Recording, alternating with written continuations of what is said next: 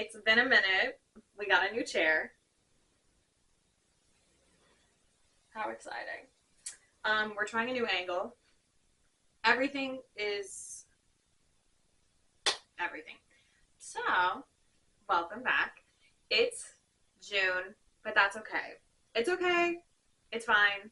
We're still celebrating AAPI month, a month late, but it's okay. Better late than never, right? Or better late than pregnant, some would say. Anyways, let's talk about where AAPI month came from. Like all of the other months that we've explored so far, it started as a week and eventually got elongated into a whole month. AAPI stands for Asian American and Pacific Islander Heritage Month, and it celebrates the contributions from Asian Americans, Native Hawaiians, as well as Pacific Islanders to America, because we would not be where we are today without immigrants and the celebration of diversity in America. AAPI month encapsulates over 75 different countries, similar to Arab American Heritage Month, which covered, again, a multitude of different countries.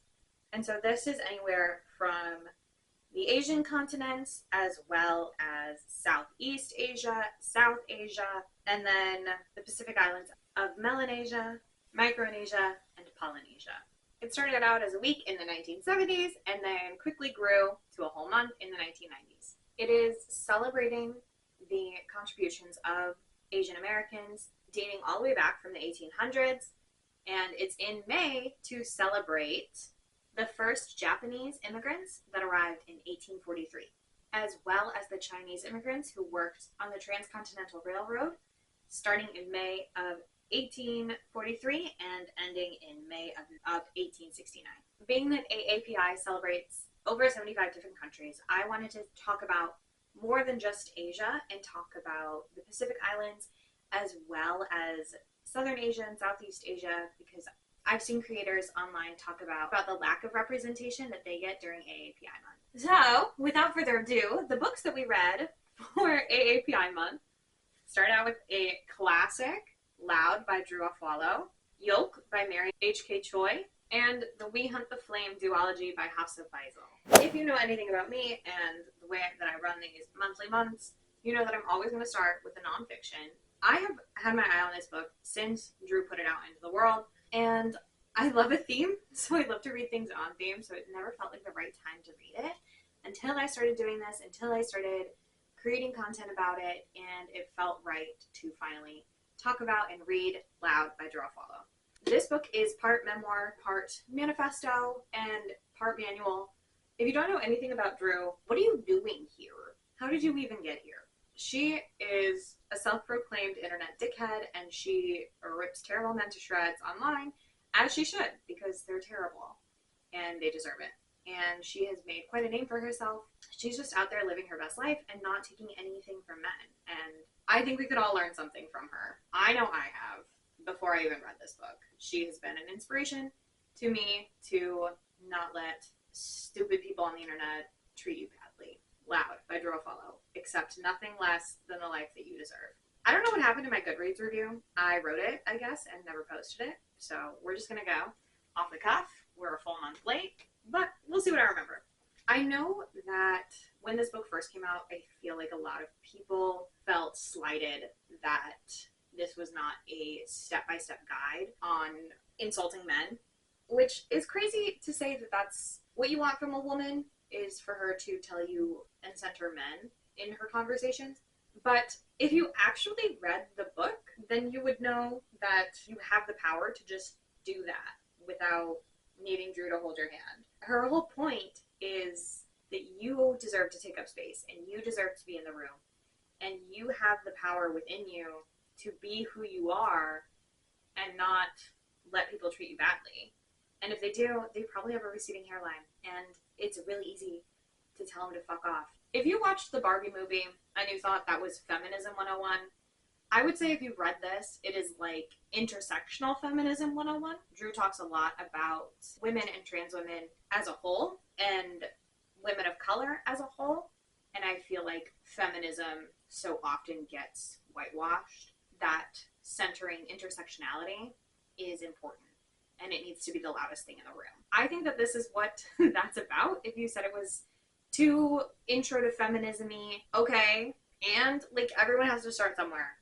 And so if this is your first intro into realizing that you shouldn't center men and that you're your own person and you should do and achieve all the things that you want to do and achieve, good. If you want a think piece, read a think piece. This is just a fun, cutesy little memoir. Look at it. It's full of color and light. I liked it a lot. I gave it, I think, 4 stars out of 5. I can't complain. It was fun and easy to read and an interesting book. The next book I read was Yolk by Mary H.K. Choi. This book I have loved the cover design of, and I think that swayed me into wanting to read it. But like, it's so cute and bright, and like their hands connect on the side, and then you see them on the back, and it's just a really beautiful book. And so I read the description, and I put it on my TBR, and I picked it up at my bookstore, and so I already had this on my shelf when AAPI month came up. So I picked this one to read for it. It's about these 2 sisters, Jane and June, who both live in New York City. Really, it's just about Jane. She's the only point of view that we get in the whole story, and it's about her going through life, going to fashion school, having a really shitty situationship, really shitty living style, and a really bad eating disorder. She's kind of estranged from her sister, and her sister shows up one day, and they reconnect, and Jane finds out that June is pretending to be her to get treatment for uterine cancer. They have to reconnect and continue this insurance fraud that they're doing and figure out why they're so estranged, why Jane has such a hard time with her mother, and how to be a family again. To me, this book was not as exciting as it was pitched. It was extremely slow paced. It felt boring. Jane's eating disorder is a real passive character. It's not really mentioned a lot. And neither is really anything else. I feel like just overall, it was kind of a boring book. I know that it gets really good reviews online, but to me, it felt boring. And it just went on for forever. And it just kept going. That's how I feel. Also, it's fine to have unlikable characters, but I feel like if they're going to be unlikable, they have to be interesting. And unfortunately, having an eating disorder doesn't make you interesting. It just makes you sick. And nothing else really made up for her to be interesting or even likable. And she's our only point of view. She's our only narrator throughout the whole thing. And I feel like if you're going to pitch a book about 2 sisters, you have to have both points of view. Otherwise, it's just about Jane and her inability to live up to her family's expectations. Which it is, but it felt more like it was pitched to be about Jane and June together. And especially if you have someone who's so unlikable, I feel like you need a little bit of a break. And you should get June's point of view once in a while so that you have a little bit of a reprieve. And the book knows that she's unlikable. An emotionally stunted, self-obsessed crybaby who lives in squalor, with egregious tastes in men and needs to get her ass to class, according to June. So, like, we all know Jane kind of sucks, but there's just no break for almost 400 pages. It's just a real sucky mess. I ended up giving Yolk 2.5 stars. It was gunning for 2. It wasn't offensively bad, so it wasn't going to get a 1. And it got the half because the last chapter just pulled it out of 2 territory. The last books that we read for AAPI month, We Hunt the Flame and We Free the Stars by Hafsa Faisal. Hafsa Faisal is not only an Arab American, but she's also from South Asia. So, like I said in my Arab American heritage video, the countries that are encapsulated when we say Arab as an umbrella term is so vast that it can be, people can be multiple things, basically. Which, duh. So, I thought that was cool, and I didn't do it on purpose, but that not only could these books qualify for, like, Arab American Heritage Month, but also for AAPI Month, because Hafsa Faisal is not only Muslim, but she's also from Sri Lanka and is South Asian. So, I definitely wanted to get South Asian representation going in this wrap-up, in this monthly month celebration, as well as Central Asia, as well as Pacific Islander. And so, like, going forward, that is going to be the goal for everything is to be as diverse as possible because you get really interesting and cool stories out of it. So we hunt the flame and we free the stars.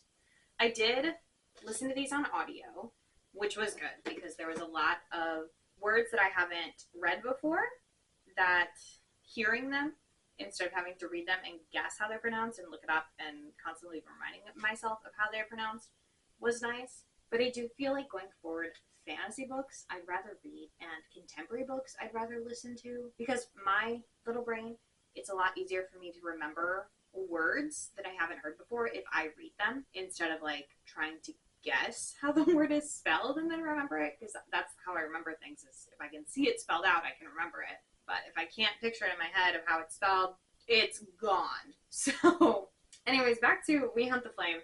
These books center two characters, and I really am only going to talk about the first one because talking about the second one feels like spoilers. In We Hunt the Flame, we have two main characters, Zafira and Nasir.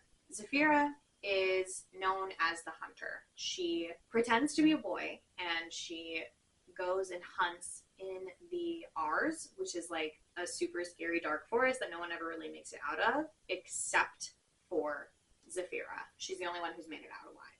So she goes and hunts for her people. Real Katniss Everdeen situation of like they're all starving and she's the only one that can hunt and provide for the community. But she has to pretend to be a man to do it because women don't have rights. And Nasir is a highly trained assassin with like 100% body count. Never misses.